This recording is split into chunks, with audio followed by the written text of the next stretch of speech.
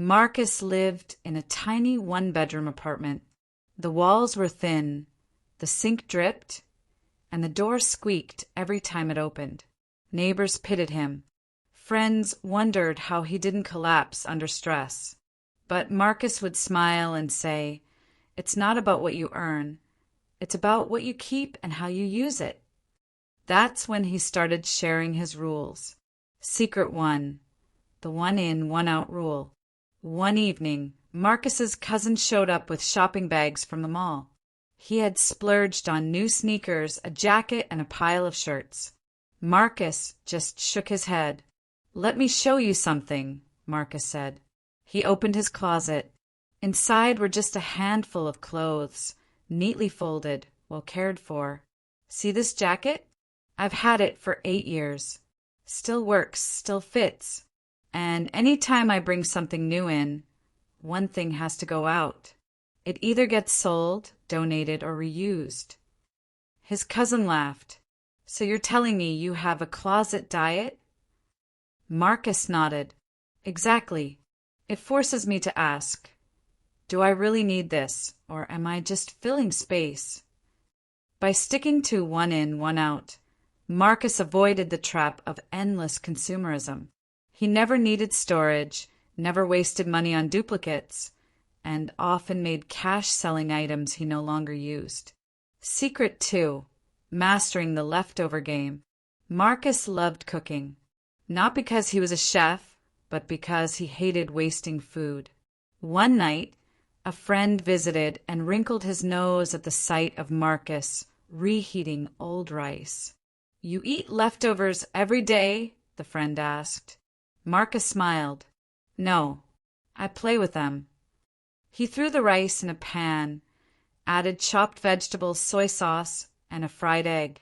In minutes, it looked like a brand new dish. "That's not leftovers. That's lunch," he said proudly.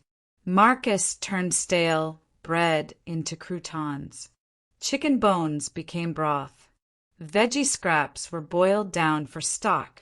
He claimed this one habit saved him nearly $1,000 a year and reduced his grocery trips in half.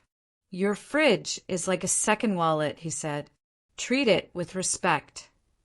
Secret 3, the 30-day wait. Impulse buying was everywhere. Ads screamed, "Limited time only." Sales banners shouted, "Don't miss out." But Marcus had armor against it. Whenever he wanted something, he wrote it down on a piece of paper with the date. Then he waited 30 days. If after a month he still wanted it and could justify it, he'd look for the cheapest way to get it. More often than not, though, the urge disappeared. One example was a $300 smartwatch. At first, he wanted it badly. It tracked steps, calories, even sleep. But 30 days later, he realized his $15 pedometer did the same thing he actually needed.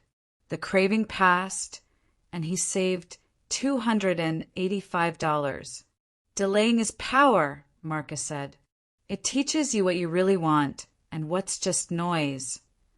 Secret 4, DIY first by second. Marcus's apartment wasn't perfect. The faucet leaked. The chair wobbled. The curtain rod sagged. Most people would call a handyman or replace the item. Marcus opened YouTube.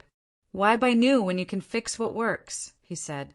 He patched small holes in clothes, replaced chair screws, even learned to reseal his own window drafts for winter.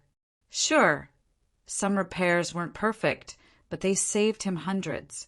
One time, a neighbor offered to throw away a broken bookshelf. Marcus asked for it, repaired it with wood glue and screws, and used it for years. "Everything can be a resource if you give it a chance," he said. Secret 5, the free fun philosophy. On Friday nights, coworkers rushed out to bars, concerts, and restaurants. Marcus went to the library, community events, or city parks. "Don't you ever get bored?" people teased. Marcus shrugged. Fun isn't about price. It's about presence. He'd spend afternoons hiking trails, attending free museum days, or borrowing movies from the library. Once, he even joined a free local chess club that met in the park. If it drains your wallet and leaves you empty, it's not fun. If it fills your spirit and costs nothing, that's true wealth. Secret 6. Small savings, big impact. Marcus had a glass jar on his kitchen counter. At first glance, it looked ordinary, just loose coins and crumpled bills. But this jar was his secret weapon.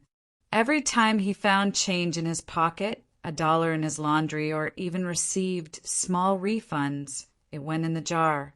Over months, that jar grew to $200, $300, sometimes more. One winter, when his heater broke, that jar saved him from falling behind on rent. Another time, he used it to treat himself to something guilt-free, a short trip out of town. This jar isn't just money, he explained. It's proof that small things add up. Secret 7. The value of enough. Marcus's biggest secret wasn't about cooking, fixing, or saving. It was about mindset. One evening, a neighbor asked him, "Don't you ever wish you had more?" Marcus thought for a moment. Then he smiled. "No, because I already have enough." He explained that wealth isn't having everything. It's knowing when you have what matters. His rent was paid, his pantry was full, his friendship strong. Beyond that, everything else was extra. This perspective freed him from endless comparison. While others chased bigger houses, newer phones, and trendier clothes, Marcus rested in contentment. "I don't want more," he said. "I want enough. And once you find enough, you'll feel richer than the richest man alive." Closing. Marcus never became a millionaire. He never drove luxury cars or lived in mansions. But he never drowned in debt. He never lay awake at night fearing bills. And he never let money control his peace. Through his 7 secrets, 1 in, 1 out, leftover game, 30-day wait, DIY first, free fun, small savings jar, the value of enough, he built a life that was light, free, and quietly abundant. The genius of frugality is not about what you cut out, but what you make space for.